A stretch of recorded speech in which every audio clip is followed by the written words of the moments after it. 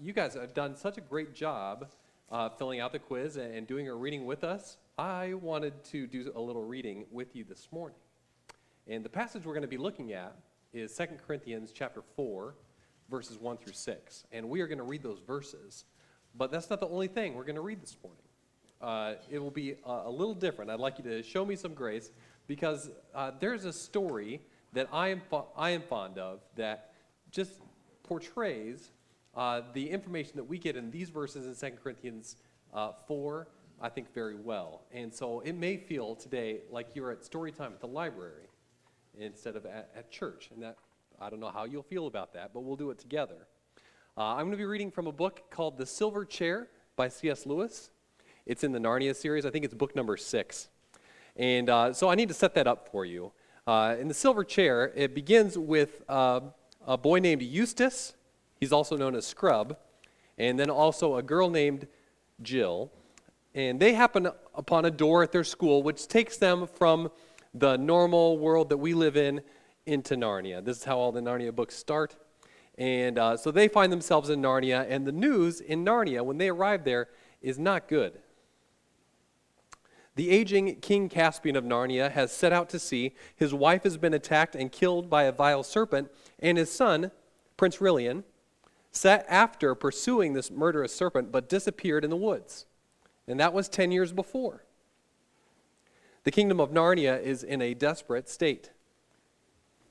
Aslan, he's a lion present in all the Narnia books, and he's a sort of God or Christ figure in the books.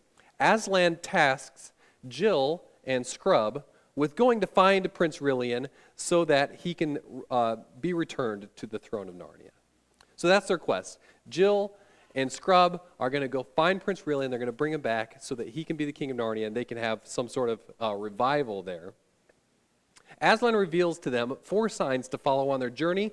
The final sign is that someone will speak the name of Aslan, and that is when they will have completed their task. The 2 of them are joined on this journey by a duckman-like creature called a marshwiggle. So we see the 3 of them there. The marshwiggle's name is Puddleglum. He's the big guy on the left. They track through the land of giants north of Narnia in search of Prince Rilian through much peril before they find a sign that directs them underground, where they surprisingly find a vast underground kingdom full of creatures called Earthmen, who are a curious assortment of brutish, gnome-like figures with swords and spears. The Earthmen imprison the 3 travelers and take them across their vast underground kingdom to the city of their queen, wishing to present them to her as their captives. And while my summary has gone quickly, at this point we're nearly 4/5 of the way through the book. Just as they are to be committed to a jail cell there, a human voice calls out from a distant chamber and demands that the 3 travelers be brought into his presence. There in the castle of the queen of the Underland, they find one of her knights, a human, not an earthman, clad in black. They're in this underland where there is no sky. They're permanently underground. The knight that they find is a boastful man who tells Jill and Scrub and Puddleglum of he and the queen's plan, which is nearly complete, to tunnel to the overland, that is the above ground world, and conquer kingdoms with earthmen so that they may rule over them by force. The knight has many kind and glowing words to speak about the queen of the underworld who is away on a trip. In fact, the queen has been so kind to the knight that the queen is helping this knight that they encounter survive a wicked enchantment that he is suffering. The knight tells the 3 travelers, Scrub, Jill, and Puddleglum, that every night for a brief moment he goes insane. And if he were not restrained, he would turn into a terrible, murderous serpent. But the queen is so kind that she ensures every evening that the knight is bound into an enchanted silver chair and restrained to it during his madness so that he will not be afflicted. As the knight speaks with the 3 travelers, he realizes that the hour of his enchantment is growing near. So he directs the 3 travelers to an adjacent room while his earthman guards come in and bind him to the enchanted silver chair. So I'm going to pick up reading as Jill and Scrub, whose real name is Eustace, and Puddleglum re-enter the room where the queen's knight has now been bound to his silver chair before his fit of madness begins. I'm going to pull my own chair over here.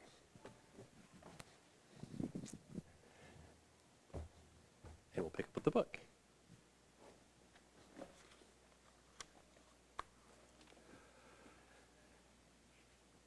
They went back down the corridor and gently pushed the door open.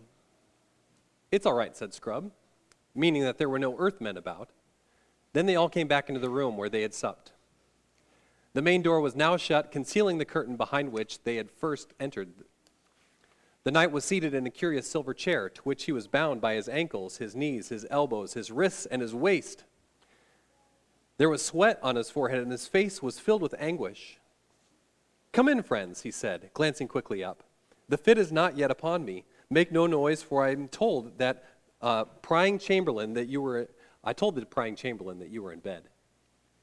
Now I can feel it coming. Quick, listen while I am master of myself. While the fit is upon me, it well may be that I shall beg and implore you with entreaties and threatenings to loosen my bonds. They say I do. I shall call upon you by all that is most dear and most dreadful, but do not listen to me. Harden your hearts and stop your ears, for while I am bound, you are safe. But if once I were up and out of this chair, then first would come my fury, and after that," he shuddered, "the change into a loathsome serpent." "Oh, there's no fear of losing you," said Puddleglum. "We've no wish to meet wild men or serpents either." "I should think not," said Scrub and Jill together. "All the same," added Puddleglum in a whisper, "don't let's be too sure. Let's be on our guard. We've muffed everything else, you know. He'll be cunning, I shouldn't wonder, once he gets started. Can we trust one another? Do we all promise that whatever he says, we don't touch those cords? Whatever he says, mind you." "Rather," said Scrub. "There's nothing in the world he can say or do that'll make me change my mind," said Jill. "Hush, something's happening," said Puddleglum. The knight was moaning. His face was as pale as putty, and he writhed in his bonds. And whether because she was sorry for him or for some other reason, Jill thought that he looked like a nicer sort of man than he had looked before. "Ah," he groaned. "Enchantments, enchantments, the heavy, tangled, cold, clammy web of evil magic, buried alive, dragged down under the earth, down into the sooty blackness. How many years is it? Have I lived 10 years or 1,000 years in the pit? Maggot men all around me. Oh, have mercy. Let me out. Let me go back. Let me feel the wind and see the sky. There used to be a little pool. When you looked down into it, you could see all the trees going upside down in the water, all the green, and below them, deep, very deep, the blue sky." He had been speaking in a low voice. Now he looked up, fixed his eyes upon them, and said loud and clear, "Quick! I am sane now. Every night I am sane. If only I could get out of this enchanted chair, it would last. I should be a man again, but every night they bind me, and so every night my chance is gone. But you are not enemies. I am not your prisoner. Quick, cut these cords." "Stand fast, steady," said Puddleglum to the two children. "I beseech you to hear me," said the knight, forcing himself to speak calmly. "Have they told you that if I am released from this chair, I shall kill you and become a serpent? I see by your faces that they have. It is a lie. It is at this hour that I am in my right mind, and all the rest of the day that I am enchanted. You are not earthmen nor witches. Why should you be on their side? Of your courtesy, cut my bonds." "Steady, steady," said the three travelers to one another. "Oh, you have hearts of stone," said the knight. "Believe me, you look upon a wretch who has suffered almost more than any mortal can bear. What wrong have I ever done to you that you should side with my enemies to keep me in such miseries? And the minutes are slipping past. Now you can save me. When this hour is past, I shall be witless again, and the toy lapdog, nay, more like a pawn and tool of the most devilish sorceress that ever planned the woes of men. And this night of all nights, when she is away, you can take me from a chance that may never come again." "This is dreadful. I do wish we'd stayed away till it was over," said Jill. "Steady," said Puddleglum. The prisoner's voice was now rising into a shriek. "Let me go, I say. Give me my sword, my sword. Once I am free, I shall take such revenge on earthmen that Underland will talk of it for 1,000 years. "Now the frenzy is beginning," said Scrub. "I hope those knots are all tight." "Yes," said Puddleglum. He'd have twice his natural strength if he got free now. And I'm not clever with my sword. He'd get us both, I shouldn't wonder. And then Pole on her own would be left to tackle the snake." The prisoner was now straining at his bonds so that they cut into his wrists and ankles. "Beware," he said, "beware. One night I did break them, but the witch was there that time. You will not have her to help you tonight. Free me now, and I am your friend.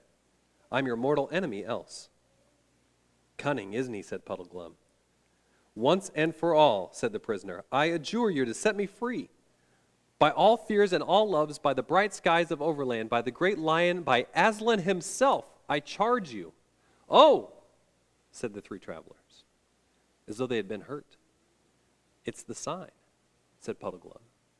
"It was the words of the sign," said Scrub more cautiously. "What are we to do?" said Jill.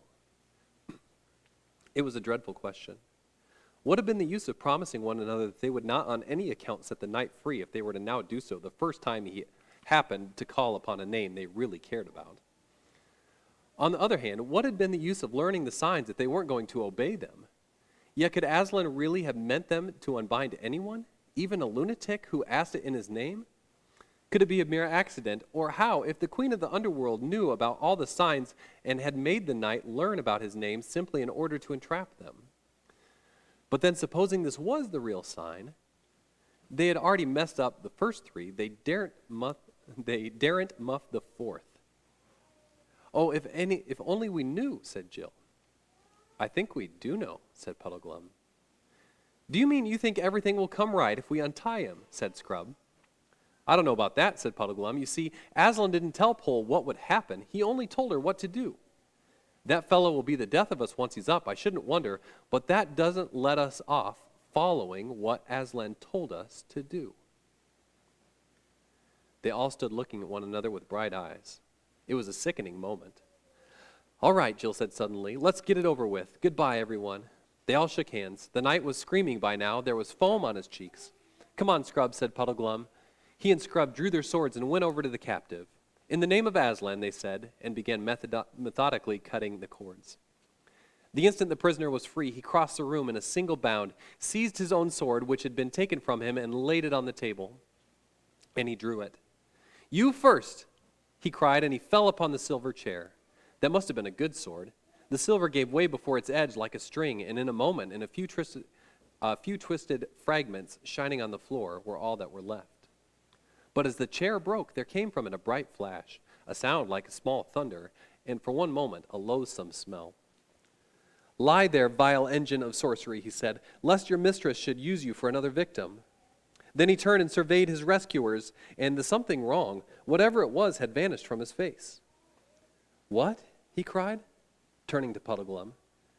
"Do I see before me a marshwiggle? A real, live, honest Narnian marshwiggle?" "Oh, so you have heard of Narnia, after all," said Jill. "Had I forgotten it when I was under the spell?" asked the knight. "Well, that and all the other bedevilments are now over. You may well believe that I know Narnia, for I am Rilian, Prince of Narnia, and Caspian the Great King is my father." "Your Royal Highness," said Puddleglum, sinking on one knee, and the children did the same. "We have come hither for no other end than to seek you." "And who are you, my other deliverers?" said the prince to Scrub and Jill. "We were sent by Aslan himself from beyond the world's end to seek your highness," said Scrub. "I am Eustace, who sailed with him to the island of Ramandu." "I owe all three of you a greater debt than I can ever pay," said Prince Rilian. "But my father, is he yet alive?" "He sailed again east before we left Narnia, my lord," said Puddleglum. "But your highness must consider that the king is very old. It is 10 to 1 his majesty must die on the voyage." "He is old, you say. How long, then, have I been in the power of the witch?" "It is more than 10 years since your highness was lost in the woods on the north side of Narnia." "10 years?" said the prince, drawing his hand across his face as if to rub away the past. "Yes, I believe you, for now that I am myself, I can remember that enchanted life, though while I was enchanted, I could not remember my true self. And now, fair friends, but wait. I hear their feet. Oh, does it not sicken a man, that padding, woolly tread? I hear their feet on the stairs. Lock, by the door, boy, or stay. I have a better thought than that. I will fool these earthmen, if Aslan gives me the wit. Take your cue from me." He walked resolutely to the door and flung it wide open. 2 earthmen entered, but instead of advancing into the room, they placed themselves one on each side of the door and bowed deeply. They were followed immediately by the last person whom anyone had expected or wished to see, the lady of the green kirtle, the queen of the Underland. She stood dead still in the doorway, and they could see her eyes moving as she took in the whole situation, the three strangers, the silver chair destroyed, and the prince free with his sword in his hand. She turned very white. But Jill thought it was the sort of whiteness that comes over some people's faces, not when they are frightened, but when they are angry. For a moment, the witch fixed her eyes on the prince, and there was murder in them. Then she seemed to change her mind. "Leave us," she said to the two earthmen, "and let none disturb till I call on pain of death." The gnomes padded away obediently, and the witch queen shut the door and locked it. "How now, my lord prince," she said. "Has your nightly fit not come upon you, or is it over too soon? Why stand you here unbound? Who are these aliens, and is it they who have destroyed the chair, which was your only safety?"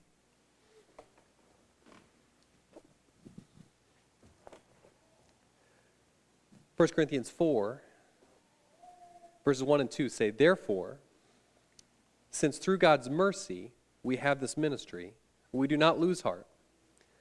Rather, we have renounced secret and shameful ways, and we do not use deception, nor do we distort the word of God. On the contrary, by setting forth the truth plainly, we commend ourselves to everyone's conscience in the sight of God."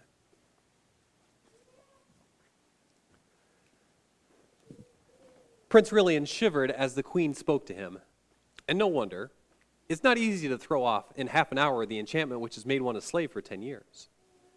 Then speaking with a great effort, he said, "Madam, there will be no more need of that chair.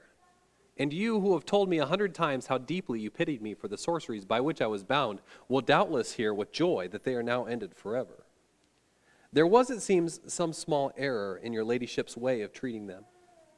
These my true friends have delivered me, and I am now in my right mind, and there are two things I will say to you. First, as for your ladyship's design of putting me at the head of an army of earthmen so that I may break out into the overworld and there by main force make myself king over some nation that never did me wrong, murdering their natural lords and holding their throne as a bloody and foreign tyrant, now that I know myself, I do utterly abhor and renounce it as plain villainy.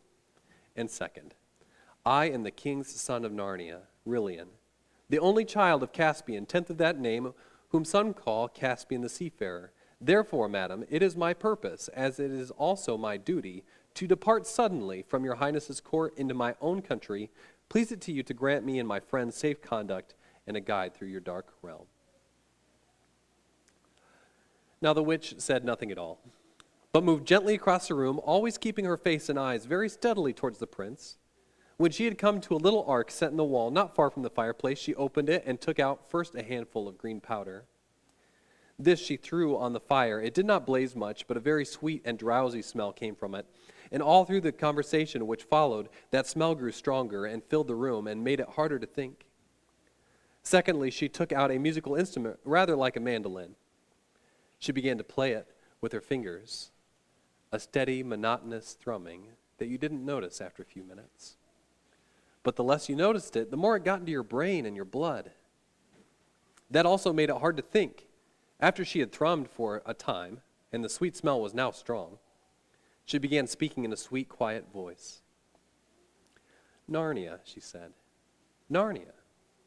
I have often heard your lordship utter that name in your ravings. Dear prince, you are very sick. There is no land called Narnia." "Yes, there is, though, ma'am," said Puddleglum. "You see, I happen to have lived there all my life." "Ah, indeed," said the witch. "Tell me, I pray, dear creature, where that country is." Up there," said Puddleglum, stoutly pointing overhead. "I don't know exactly where." "How," said the queen, with a kind of soft musical laugh, "is there a country up among the stones and mortar on the roof?" "No," said Puddleglum, struggling a little to get his breath. "It's an overworld." "And what or where, pray, is this? How do you call it overworld?" "Oh, don't be so silly," said Scrub, who was fighting hard against the enchantment of the sweet smell and the thrumming. "As if you didn't know, it's up above where you can see the sky and the sun and the stars." "I cry you mercy, little brother," laughed the witch. You couldn't have heard a lovelier laugh. I have no memory of ever being there, but we often experience strange things in our dreams, and unless all dreamed alike, you must not ask them to remember it." "Madam," said the prince sternly, "I have already told your grace that I am the king's son of Narnia." "And shalt be, dear friend," said the witch in a soothing voice, as if she were humoring a child, "shalt be the king of many imagined lands in thy fancies." "We've been there too," Jill snapped. She was very angry because she could feel the enchantment getting hold of her every moment, but of course the very fact that she could still feel it showed that it had not yet fully worked. "And thou art queen of Narnia too, I doubt not, pretty one?" said the witch, in the same coaxing, half-mocking tone. "I'm nothing of the sort," said Jill, stamping her foot. "We come from another world." "Oh, why, this is a prettier game than the other," said the witch. "Tell us, little maid, where is the other world? What ships and chariots go between it and ours?" 2 Corinthians chapter 4, verse 3.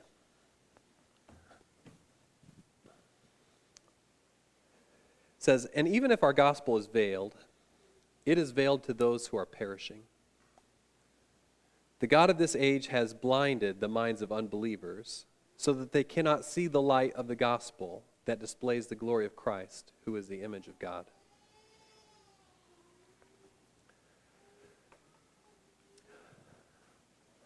Of course, when the queen said this, a lot of things darted into Jill's head at once. Experiment house, Adela Pennyfather, her own home, radio sets, cinemas, cars, airplanes, ration books, queues. But they seemed dim and far away. Thrum, thrum, thrum went the strings of the witch's instrument. Jill couldn't remember the names of the things in our world. And this time it didn't come into her head that she was being enchanted, for now the magic was in full strength, and of course, the more enchanted you get, the more you feel that you're not enchanted at all. She found herself saying, and at the moment it was quite a relief to say, "No, I suppose that the other world must be all a dream." "Yes, it's all a dream," said the witch, always thrumming. "Yeah, it's all a dream," said Jill. "There never was such a world," said the witch. "No," said Jill and Scrub, "there never was such a world." "There never was any world but mine," said the witch. "There never was any world but yours," said they. Puddleglum was still fighting hard. "I don't know what rightly you all mean by a world," he said, talking like a man who hasn't had enough air. "But you can fiddle till your fingers drop off, and you still won't make me forget Narnia, and the whole overworld too. We'll never see it again, I shouldn't wonder. You may have blotted it out and turned it all dark like this for all I know. Nothing more likely. But I know I was there once, and I've seen the sky full of stars. I've seen the sun coming up out of the sea of morning and sinking behind the mountains at night. I've seen him up in the midday sky when I couldn't look at him for brightness." Puddleglum's words had a very rousing effect. The other three all breathed in again and looked at one another like people newly awaked. "Why, there it is," cried the prince. "Of course, the blessing of Aslan upon this honest Marshwiggle. We have all been dreaming these last few minutes. How could we have forgotten it? Of course, we've all seen the sun." "By Jove, so we have," said Scrub. "Good for you, Puddleglum. You're the only one of us with any sense, I do believe." Then came the witch's voice, cooing softly like the voice of a wood pigeon from the high elms in an old garden at 3 o'clock in the middle of a sleepy summer afternoon. And it said, "What is this sun that you all speak of? Do you mean anything by the word?" "Oh, yes, we jolly well do," said Scrub. "Can you tell me what it's like?" asked the witch. Thrum, thrum, thrum went the strings. "Please it your grace," said the prince very coldly and politely. "You see that lamp? It's round and yellow and gives light to the whole room and hangeth moreover from the roof. Now that thing which we call the sun is like the lamp, only far greater and brighter. It giveth light to the entire overworld and hangeth in the sky." "Hangeth from what, my lord?" asked the witch. And then while they were all still thinking how to answer her, she added with another of her soft silver laughs, "You see, when you try to think clearly what the sun must be, you cannot tell me. You can only tell me that it is like the lamp in this room. Your sun is a dream, and there is nothing in that dream that was not copied from the lamp. The lamp is the real thing. The sun is but a tale a children's story. "Yes, I see now," said Jill in a heavy, hopeless tone. "It must be so." And while she said this, it seemed to her very good sense. Slowly and gravely the witch repeated, "There is no sun." And they all said nothing. She repeated in a softer and deeper voice, "There is no sun." After a pause and after a struggle in their minds, all four of them said together, "You are right. There is no sun." It was such a relief to give in and say it. "There never was a sun," said the witch. "No, there never was a sun," said the prince and the marshwiggle and the children. For the last few minutes, Jill had been feeling that there was something she must remember at all costs, and now she did, but it was dreadfully hard to say it. She felt as if huge weights were laid on her lips at last with an effort that seemed like it took all the good out of her. She said, "There's Aslan." "Aslan?" said the witch, quickening ever so slightly the pace of her thrumming. "What a pretty name. What does it mean?" "He's the great lion who called us out of our own world," said Scrub, "and sent us into this one to find Prince Rilian." "What is a lion?" asked the witch. "Oh, hang it all," said Scrub. "Don't you know? How can we describe it to her? Have you ever seen a cat?" "Surely," said the queen. "I love cats." "Well, a lion is a little bit, only a little bit, mind you, like a huge cat with a mane. At least it's not like a horse's mane, you know, it's more like a judge's wig, and it's yellow and terrifically strong." The witch shook her head. "I see," she said, "that we should do no better with your lion, as you call it, than you did with your son. You have seen lamps, and so you imagined a bigger and better lamp and called it the sun. You've seen cats, and now you want a bigger and better cat, and it's to be called a lion. Well, 'tis a pretty make-believe, though to say the truth, it would suit you all better if you were younger. And look how you can put nothing into your make-believe without copying it from the real world, this world of mine, which is the only world. But even you children are too old for such play. As for you, my lord, prince, thou art man full grown. Fie upon you! Are you not ashamed of such toys? Come, all of you, put away these childish tricks. I have work for you all in the real world. There is no Narnia, no overworld, no sky, no sun, no Aslan, and now to bed all, and let us be wiser in life tomorrow. But first to bed, sleep deep sleep, soft pillows, sleep without foolish dreams." The prince and the two children were standing with their heads hung down, their cheeks flushed, and their eyes half closed, and the strength all gone for them. The enchantment almost complete. But Puddleglum, desperately gathering all his strength, walked over to the fire. Then he did a very brave thing. He knew it wouldn't hurt him quite as much as it would hurt a human, for his feet, which were bare, were webbed and hard and cold-blooded like a duck's. But he knew it would hurt him badly enough, and so he did. With his bare foot, he stamped on the fire, grinding a large part of it into ashes on the flat hearth. And three things happened at once. First, the sweet, heavy smell grew very much less, for though the whole fire had not been put out, a good bit of it had, and what remained smelled very largely of burnt marshwiggle, which is not at all an enchanting smell. This instantly made everyone's brain far clearer. The prince and the children's held up their head and again opened their eyes. Secondly, the witch, in a loud, terrible voice, utterly different from the sweet tone she had been using until now, called out, "What are you doing? Dare to touch my fire again, mudfilth, and I'll turn the blood to fire inside your veins." Thirdly, the pain itself made Puddleglum's head for a moment perfectly clear, and he knew exactly what he really thought. There is nothing like a good shock of pain for dissolving certain kinds of magic. 2 Corinthians chapter 4, verse 5 and 6 say, "For what we preach is not ourselves, but Jesus Christ as Lord, and ourselves as your servants for Jesus' sake. For God, who said, 'Let light shine out of darkness,' made his light shine in our hearts to give us the light of the knowledge of God's glory displayed in the face of Christ."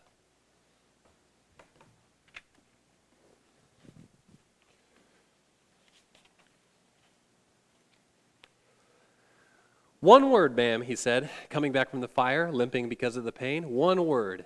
All you've been saying is quite right. I shouldn't wonder. I'm a chap who's always liked to know the worst and then put the best face I can on it, so I won't deny that any of what you said. But there's one thing more to be said, even so. Suppose we have only dreamed or made up all those things, trees and grass and sun and moon and stars and Aslan himself. Suppose we have then, all I can say is that in that case, the made-up things seem a good deal more important than the real ones. Suppose this black pit of a kingdom of yours is the only world.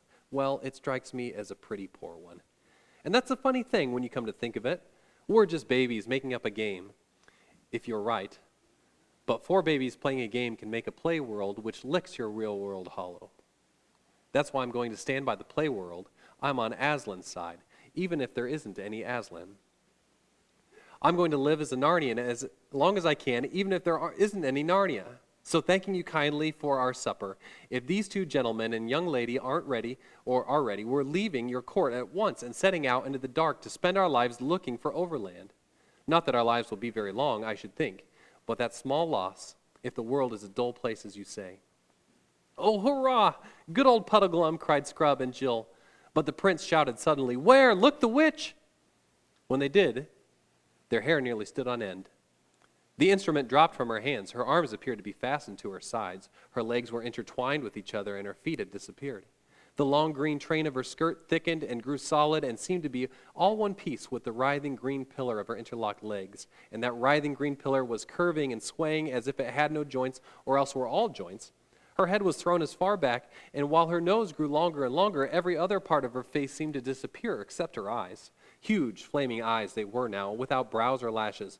All this takes some time to write down, but it happened so quickly that there was only time to see it. Long before there was time to do anything, the change was complete, and the great serpent which the witch had become, green as poison, thick as Jill's waist, had flung 2 or 3 coils of its loathsome body around the prince's legs.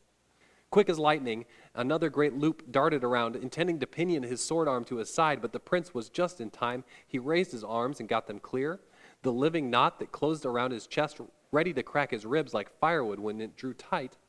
The prince caught the creature's neck in his left hand, trying to squeeze it till it choked. This held its face, if you could call it a face, about 5 inches from his own. The forked tongue flickered horribly in and out, but could not reach him. With his right hand he drew back his sword for the strongest blow he could give. Meanwhile, Scrub and Puddleglum had drawn their weapons and rushed to his aid. All 3 blows fell at once. Scrub's, which didn't even pierce the scales and did no good, on the body of the snake below the prince's hand, but the prince's own blow and Puddleglum's both on its neck. Even that did not quite kill it, though it began to loosen its hold on Aurelian's legs and chest. With repeated blows they hacked off its head.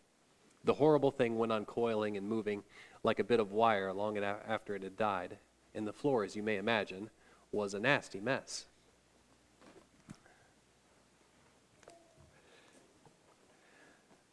The first way that we're transformed by God's glory is when our minds are set free from darkness. When the enchantment of our sinful world loses its grip on our heads and we see the world for what it is. Don't listen to the thrumming around you and grow weary. Don't fall victim to the daily rhythm of your life convincing you that there is nothing besides our world. When you get to living this life and this world like it's the only one, and the things that you do each day for your job and in your house and in your yard or with your hobbies are the only things that matter, you are truly enchanted. God, who said, "Let light shine out of darkness," made his light shine in our hearts to give us the light of the knowledge of God's glory displayed in the face of Christ. And by this light, we know that our world and the corruption it suffers is passing away. And by this light, we turn our minds to God, to his word, to his will, and to his spirit, and we worship him for rescuing us from our enchantment. So let's stand and do that together now this morning.